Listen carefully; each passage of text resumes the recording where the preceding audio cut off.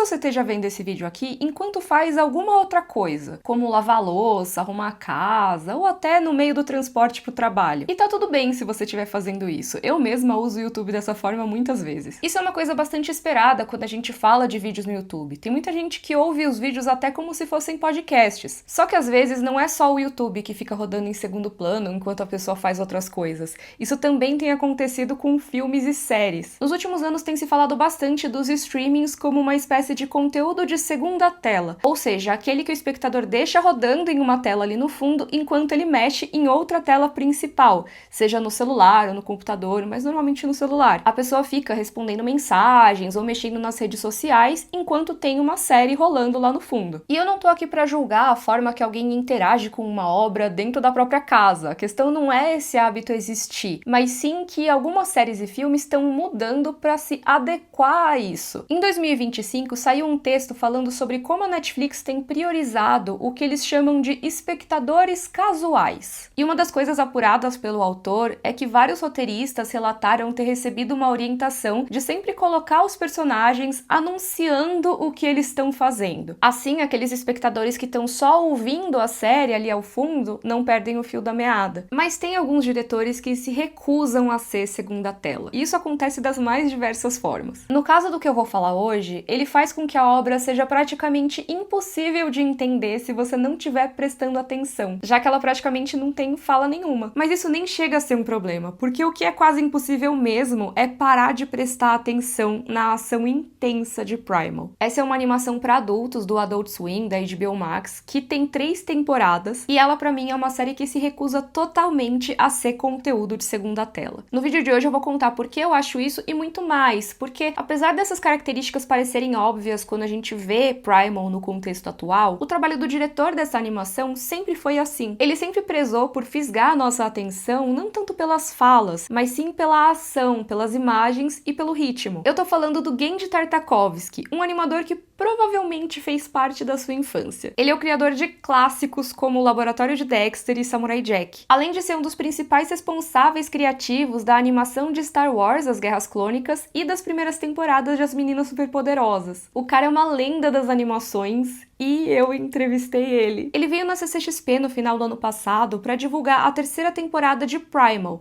que talvez seja um dos trabalhos mais experimentais da carreira dele. E eu consegui uma entrevista exclusiva com ele. Muito obrigada, aliás, pro pessoal da HBO Max, que me conseguiu 10 minutos de conversa com essa lenda. Eu tava esperando a 3ª temporada toda ir ao ar para ver a melhor forma de mostrar essa entrevista para vocês, porque eu acho que o papo ficou muito legal. A gente falou sobre como ele tem as ideias tão variadas para as animações que ele cria, o que faz uma animação ser para adultos ou não, e também sempre permeou nosso papo esse assunto da segunda tela. Por isso eu decidi focar nisso aqui no vídeo, mas vocês vão ver que no papo também tem muitos outros assuntos interessantes. E no final ele ainda desenhou um dos personagens dele no meu caderno. Quero ver se vocês conseguem adivinhar aqui nos comentários qual que foi. Como eu falei, essa entrevista rolou ali na CCXP. E uma das minhas principais parcerias para esse evento foi com a SanDisk. Eles me mandaram um kit completo da SanDisk Creator Series, uma linha desenvolvida especialmente para criadores de conteúdo. E realmente tem soluções para muitas das etapas desse trabalho. Por exemplo, eu já deixei de gravar muito em áreas externas, tipo em eventos ou viagens, porque às vezes não é nada prático transferir os arquivos de vídeo a partir do celular. Os arquivos de vídeo são bem pesados e normalmente a gente grava em uma quantidade grande. Nem sempre é tão simples fazer essa transferência de um sistema para outro, por exemplo, passar de um iPhone para um PC. Aí, se a gente tenta subir para a nuvem, com esse tanto de arquivo pesado, pode demorar horas, e isso quando não dá erro no meio. E tem várias outras questões que podem atrapalhar, tipo a memória do celular lotando e aí ter que parar a gravação para excluir alguns arquivos e depois continuar, entre outras coisas. Mas a SanDisk lançou a Creator Series justamente para resolver esses e outros problemas. Por exemplo, os que eu mais uso são as unidades USB-C e os SSDs portáteis. Hoje eu vou destacar os SSDs. Esses dois têm 1 TB cada um e são muito práticos de levar em eventos por causa do aplicativo Memory Zone da SanDisk. É só conectar o SSD ao celular pelo USB-C e aí ele já aparece no aplicativo. A partir dali eu consigo transferir os meus arquivos para o SSD e vice-versa. E isso demora segundos, gente. É muito rápido. Aí eu consigo ligar o SSD, o aparelho para onde eu quero passar os meus arquivos, tipo um computador ou um iPad, e Pronto, acabou. Uma coisa que me tomava horas e agora nem é mais um problema. E ainda resolve vários problemas de armazenamento lotado no celular. Dá até pra gravar vídeo na resolução mais alta possível, direto no SSD, gente. Mas a minha parte favorita é que o Creator Phone SSD, que é esse aqui, é compatível com o MagSafe. Então ele fica aqui grudadinho no celular e você tem liberdade pra gravar. Quando eu vou filmar com câmera aqui no estúdio, eu também uso muito os cartões SD e microSD, porque eles têm bastante armazenamento. Esse aqui tem 1 TB e esse aqui tem 512 GB.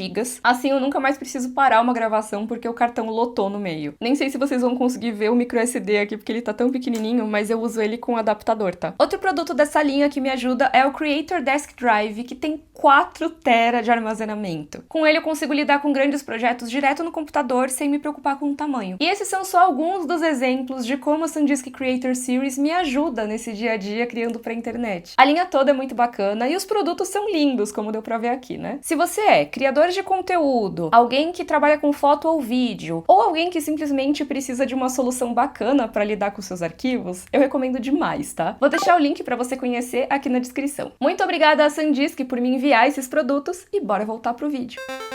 Por que eu quis falar de segunda tela justamente em relação a Primal? Porque, pra quem não sabe, essa animação do Adult Swim praticamente não tem diálogo falado. A maior parte da comunicação entre os personagens é por grunhidos, rosnados e pela linguagem corporal. Isso porque, na maior parte do tempo, os protagonistas são um Neandertal e uma Tiranossauro Rex, o Spear e a Fang. Primal se passa em uma pré-história alternativa, com vários anacronismos deliciosos interagindo ali. Inclusive essa parceria entre um homem e um dinossauro. Eles se conhecem no pior dia da vida deles e acabam encontrando um no outro o apoio para sobreviver nesse mundo extremamente brutal e ultraviolento. Eu já queria avisar que a série muda bastante da primeira para a terceira temporada, então nada do que eu falar aqui vai ser necessariamente uma regra, tá? Até porque, como eu falei, esse é um projeto bastante experimental do Genndy Tartakovsky. Mas para apresentar a obra, eu posso dizer que, em geral, a gente não ouve conversas ali faladas com palavras entre os personagens.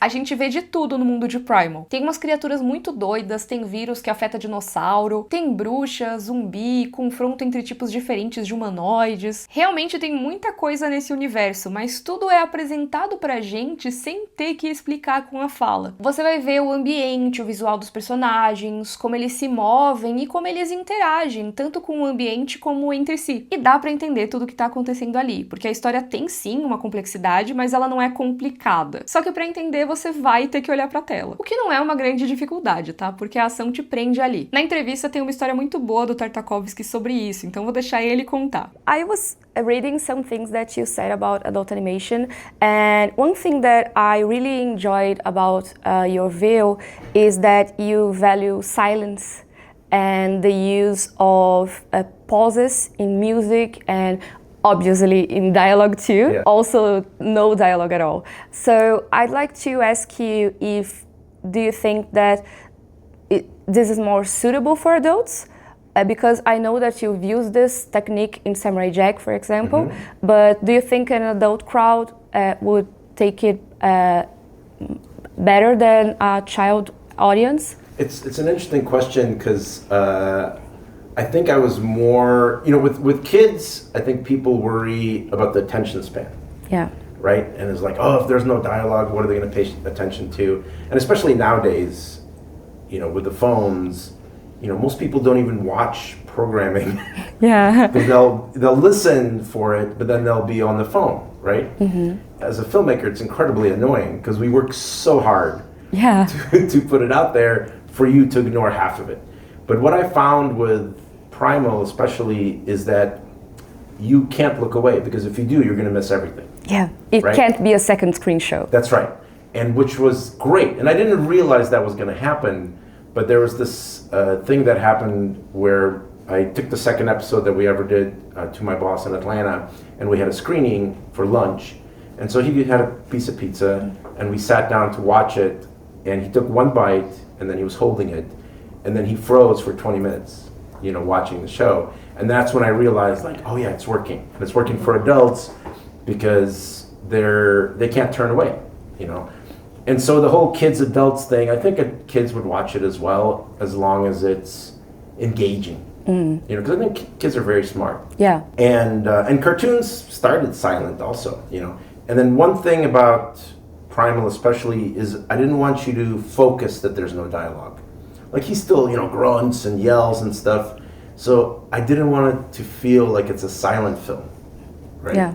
And it was just the choice. He can't speak, and that's it. Tá, mas como que Primal prende tanto a nossa atenção? Eu acho que é legal reforçar uma coisa que eu já disse no início do vídeo, que não é só Primal que faz isso, é toda a obra do Genndy Tartakovsky. Lógico que Primal intensifica muito algumas dessas técnicas, mas realmente você consegue encontrar esses detalhes em toda a filmografia dele. E entre as várias coisas que prendem a nossa atenção, uma das principais é o ritmo. Eu quero citar aqui um vídeo que me ajudou muito a elaborar esse roteiro, que se chama Genndy Tartakovsky Lendo a Ação. Vou deixar ele linkado aqui embaixo. É interessante porque esse vídeo é de 2017, ou seja, ele saiu 2 anos antes da primeira temporada de Primal. Mas todos os elementos que ele cita ali de outras obras estão em Primal e de forma mais intensa ainda. O que mostra como é um projeto que realmente tem a cara do diretor, né? Não é à toa que o título completo é Primal de Genndy Tartakovsky, porque ele realmente coloca a assinatura dele ali. Mas por que eu achei esse vídeo tão legal? Ele fala de algumas das influências que aparecem nas animações do Tartakovsky, como os filmes do Akira Kurosawa ou histórias em quadrinho, por exemplo. E também fala de como o Tartakovsky cria cenas de ação incríveis, que mantêm a gente preso ali à tela porque são legíveis. Como assim legíveis, né? Elas são mostradas de forma clara e com o timing correto para que o público entenda tudo o que está acontecendo antes, durante e depois da ação. E o que faz essas cenas de ação serem legíveis dessa forma? A primeira coisa, eu acho que talvez uma das mais importantes para esse vídeo aqui, é que ele gera uma grande expectativa pela ação. Tem vários momentos que são mais silenciosos ou de observação do ambiente. Aquele famoso momento que, entre aspas, nada acontece, mas que é extremamente importante. Se eu não me engano, tem até um vídeo meu com o Max Valarezo sobre isso. Eu vou deixar linkado aqui embaixo. Esses momentos mais vazios, vamos dizer assim, são extremamente importantes não só pra cena de ação, tá? Pra muita coisa. Mas em cenas de ação você consegue deixar a pessoa naquela expectativa. E em Samurai Jack tem vários momentos assim, mais silenciosos, mais contemplativos. Eu acho que é uma das características mais marcantes da série. E aí você contrasta isso com os momentos de ação que vêm logo em seguida. No vídeo ele cita uma cena das Guerras Clônicas em que o Mace Windu enfrenta todo um batalhão ali ao redor dele. E nessa cena tem vários planos que mostram ele cercado, os droids mirando nele, ele olhando pros droids. E a gente fica uns 5 segundos só vendo isso, ele olhando pros droids, analisando os oponentes. A gente vê o rosto dele sério, só a sobrancelha se mexendo. E nos 2 segundinhos finais desse trecho, nada se mexe. É só o som ambiente e mais nada. E aí, bruscamente, ele dá um giro e a gente vê o círculo de inimigos derrubados ao redor. Piscou, perdeu, gente. Essa virada dele tem muito mais impacto por causa daquele momento em que tudo ficou parado antes. Você sabe, enquanto tá assistindo, que com todo aquele silêncio, aquela pose paradona ali, em algum momento aquilo vai ser quebrado, alguma coisa vai acontecer. E quanto mais tempo aquilo se estende, mais você fica esperando, porque gera um certo desconforto. Você sabe que aquilo vai parar em algum momento, alguma coisa vai quebrar aquela estagnação. Mas quanto mais demora, mais expectativa a gente cria. E sabe onde tem muito esse tipo de cena? Em filme de faroeste. Ou filme de samurai também, porque, né, um influencia o outro e tá tudo ali. No vídeo ele até cita como exemplo aquela cena do 3 homens em conflito, em que tá o trio se encarando ali. Aí a câmera vai do olhar de um pra arma na cintura, pra mão indo pegar a arma bem devagar, gerando aquela baita expectativa. E aí o Clint Eastwood saca a arma rapidão e atira. Parece que o tempo para e a gente tá vendo uma cobra pronta pra dar o bote, mas a gente não sabe quando. E sabe onde tem esse tipo de cena o tempo todo? Em Primal. Tem vários momentos em que tudo para e os personagens se entreolham e ficam ali hesitando, como se eles estivessem prestes a sacar uma arma num filme de faroeste ou a espada num filme de samurai. Outra coisa que deixa a ação mais legível, de acordo com o vídeo, é que tem diversas poses dos personagens que permanecem em tela por tempo suficiente para o olho humano conseguir identificar. Algo que era bem comum, por exemplo, na obra do Tex Avery, um dos artistas mais influentes da indústria da animação. Eu acho que falei disso no meu vídeo sobre Matrix e a influência que os animes tiveram no filme, vou deixar linkado aqui embaixo. A animação tem a capacidade de dilatar ou de encolher o tempo, você que decide quanto tempo cada ação vai levar. Tem um exemplo que eu cito nesse vídeo, que é daquele filme O Sem Floresta, em que o esquilo dá vários pulos bem rapidinho e aí depois ele dá um outro que ele cai leve como uma pluma. E isso é bem mais fácil, bem mais comum de acontecer em uma animação do que em uma obra live action, porque dá pra você manipular o timing pela quantidade de frames de cada ação. Eu também vou linkar aqui na descrição o texto do animador falando sobre essa cena do Sem Floresta, porque aí ele explica como que foi o processo criativo e tal. O Genndy Tartakovsky também manipula bastante o tempo dessa forma, com destaque para as poses dos personagens, que ele sempre deixa por um tempinho a mais. Algumas vezes essas poses até permanecem na tela por mais tempo ainda, como se fosse um painel de história em quadrinhos mesmo. Aliás, a terceira característica que o vídeo destaca é exatamente essa, que a edição das obras do Genndy Tartakovsky lembra a estrutura de uma história em quadrinhos. Um exemplo muito bom disso, que não tá no vídeo porque é posterior, mas que eu acho que super se encaixa, é a cena final do primeiro episódio de Primal. Todas as ações dessa cena são super espaçadas e permanecem na tela, elas duram pelo menos alguns segundos cada uma, com uma leve transição para a próxima. Então você fica ali naquelas imagens e vai vendo as coisas acontecerem sem ter que recorrer ao diálogo. A Fang chega perto do Spear na praia, ele percebe, se vira e faz uma pose defensiva com a lança. A Fang olha pra ele olha pra ela e a gente vê que o olhar dele fica confuso. A Fang deita no chão, demonstrando que não é uma ameaça. Ele olha meio preocupado ou talvez com pena e de repente começa a sorrir, como alguém que teve uma ideia, tipo eureka, sabe? E o rosto dele fica bastante tempo desse jeito em tela. Aí a cena corta pras ondas do mar por um tempo e então de repente sai ali do meio das águas o Spear montado na Fang em uma pose triunfante segurando a lança dele. Essa pose é tão HQ que não dá nem pra dizer que é só a dilatação do tempo da animação, porque até a água ali atrás dele está congelada no tempo. É como se fosse um desenho estático, um painel ali no final de um capítulo de HQ. Lógico que esse é um exemplo extremo, mas é só pra mostrar como essa característica tá presente em várias intensidades na obra do Tartakovsky. Enfim, depois desse vídeo aqui, vejam o vídeo sobre ação legível na obra do Tartakovsky, porque eu acho que tá bem bacana. Por mais que eu tenha trazido novos exemplos aqui, é legal ver a explicação teórica com mais detalhes que ele colocou lá. Mas eu acho que além da legibilidade das cenas de ação, tem uma outra coisa que prende a nossa atenção nas obras do Tartakovsky. Para isso, vamos ver uma outra coisa que ele disse na entrevista. You already did so many kinds of stories. You did fantasy stories, you did sci-fi, you did a little steampunk and time traveling and all kinds of characters, samurai, monsters, animals and cavemen. I mean, what's next? What would you like to put in another work in the future? Well, it's funny enough, it's not so much where, oh, I want to do a cowboy show, or I don't think of it that way. A lot of times I think about what's the feeling that I'm trying to do. Yeah. You know, so there's a very particular feeling that I'm after, and when I come up with that idea, I was like, oh, I want to watch something that makes me feel this way, and then I try to craft a story, an idea, and a world that's all about this feeling. Oh yeah. Or if there's a character that I want to do, you know, and then so the character and the feeling and the energy of the show drives what fantasy that it's going to be at, you know. Very rarely, sometimes, but very rarely do I go, oh, I want to do a caveman show.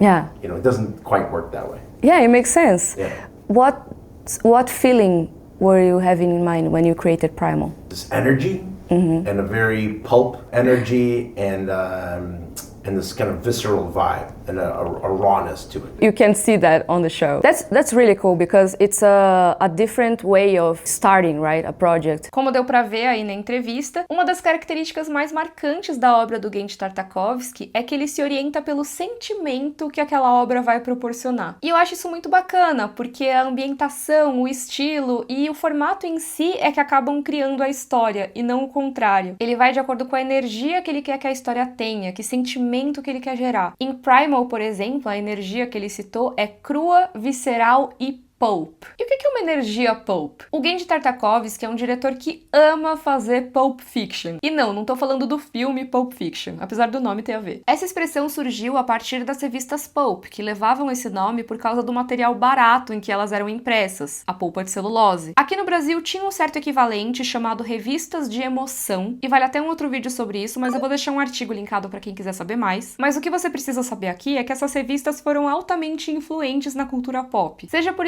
estabelecer de vez gêneros como a ficção científica ou por apresentar personagens icônicos como o Zorro ou o Conan o Bárbaro. Resumindo muito, elas eram revistas super baratinhas que traziam histórias variadas de ficção. E a qualidade também era bastante variada. Tem os clássicos, obviamente, mas muitas vezes quando se fala de Pulp Fiction em uma forma mais geral, a pessoa tá falando de histórias apelativas, violentas, sensacionalistas, mas também se usa essa expressão para falar de histórias marcantes e envolventes, cheias de ação e aventura. Eu entendo quando Tartakovsky usa pulp como uma das características, uma das energias que ele pensou quando criou Primal, porque é uma série que traz mesmo essa violência extrema e até beirando o apelativo, o que não é algo necessariamente ruim, mas sim algo que chama a atenção, como chamava a atenção nessas histórias antigas. Essa violência é colocada de um jeito que prende o leitor, ou o espectador nesse caso, e faz com que ele não consiga parar de ler ou ver aquela obra. Primal tem muito sangue, tem sexo, tem elementos de terror, tem várias cenas pesadíssimas. E eu acho que isso é óbvio, né? Mas não é uma animação para crianças. Inclusive eu falei com o Genji sobre isso. I wanted to ask you,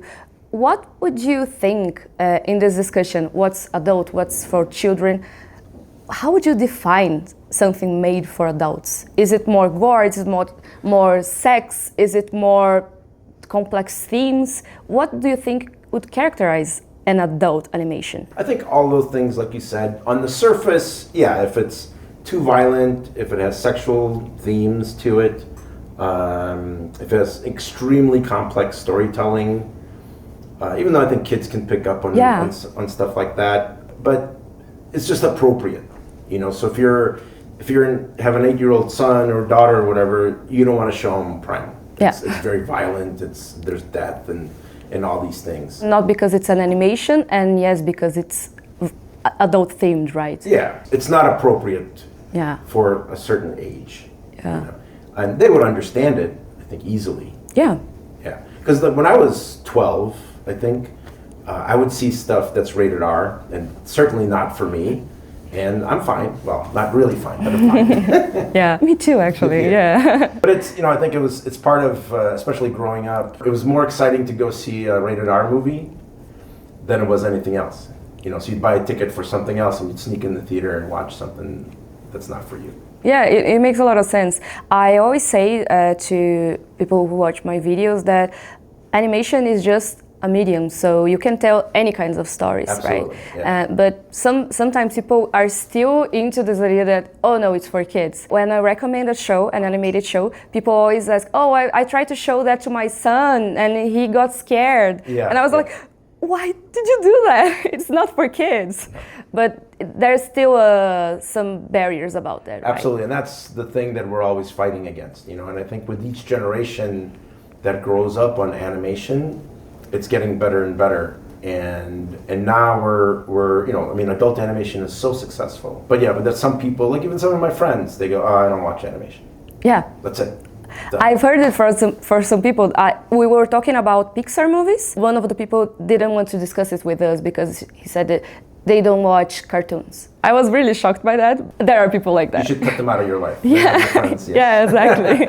Vocês ouviram o mestre. Se alguém fala que não vê animação e acha que todo desenho animado é só pra criança, corte relações. Eu também perguntei pro Genji o que ele achou de Flow, o filme sem diálogos que levou o Oscar de melhor animação. Inclusive tem vídeo sobre Flow aqui no canal. Pra esse vídeo não ficar ainda mais longo, eu vou publicar essa resposta nas minhas redes sociais ou aqui nos shorts do YouTube, mas eu já adianto que a resposta dele não foi bem o que eu esperava. Eu dei de presente pra ele essas meias temáticas do Cartoon Network, porque tem o Dexter, né? Que foram enviadas pelo pessoal da loja oficial da Warner na CCXP. Mas o maior presente fui eu que ganhei, porque o Genji fez um desenho pra mim ali no final da entrevista. Lembra que lá no começo eu pedi pra vocês adivinharem qual foi o personagem? Então, tô com um desenho aqui. Ele desenhou pra mim o Samurai, de Samurai Jack. Eu nem sei o que dizer, gente. Foi algo que eu nunca imaginaria que ia acontecer. A Mikan versão criança que viu o laboratório de Dexter, a adolescente que via Samurai Jack e a adulta que ver Primal, todas as minhas versões realizaram um sonho naquele dia. Ter a oportunidade de conversar com o Genndy Tartakovsky só reforçou a impressão que eu já tinha das obras dele. Pra mim, elas são o audiovisual na sua mais pura forma. A história é contada pelas imagens e pelos sons. Sons que não necessariamente são falas, que não necessariamente são palavras. A manipulação do tempo, das emoções, de tudo que faz com que a gente não consiga desgrudar os olhos da tela nem por um momento. As animações do Genndy Tartakovsky se recusam a ser segunda tela, em uma época em que parece que tudo tá indo na direção oposta. Enquanto tem um monte de série e filme querendo mastigar e requentar toda e qualquer informação, só pra que dê pra assistir sem perder nada enquanto lava a louça, Primal se mantém como aquela ação que você piscou, perdeu. Mas você não vai querer perder. Daria pra falar muito mais tanto de Primal quanto das outras obras do Tartakovsky, mas realmente não vai caber nesse vídeo. Então se vocês quiserem os outros temas, comentem aí quais vocês querem, porque agora eu empolguei, eu tô revendo tudo, porque, sério, é muito boa a obra dele. E se você estiver assistindo até aqui, mesmo se você estiver lavando a louça, arrumando a casa, não tem problema, porque o YouTube é pra isso mesmo, eu entendo. Mas eu quero que você prove que chegou até o fim do vídeo, deixando um comentário dizendo omelette de fromage, como no episódio clássico do Dexter, que foi dirigido pelo Tartakovsky, claro. Se você gostou, curte o vídeo, assina o canal, um beijo e até a próxima. Tchau, tchau!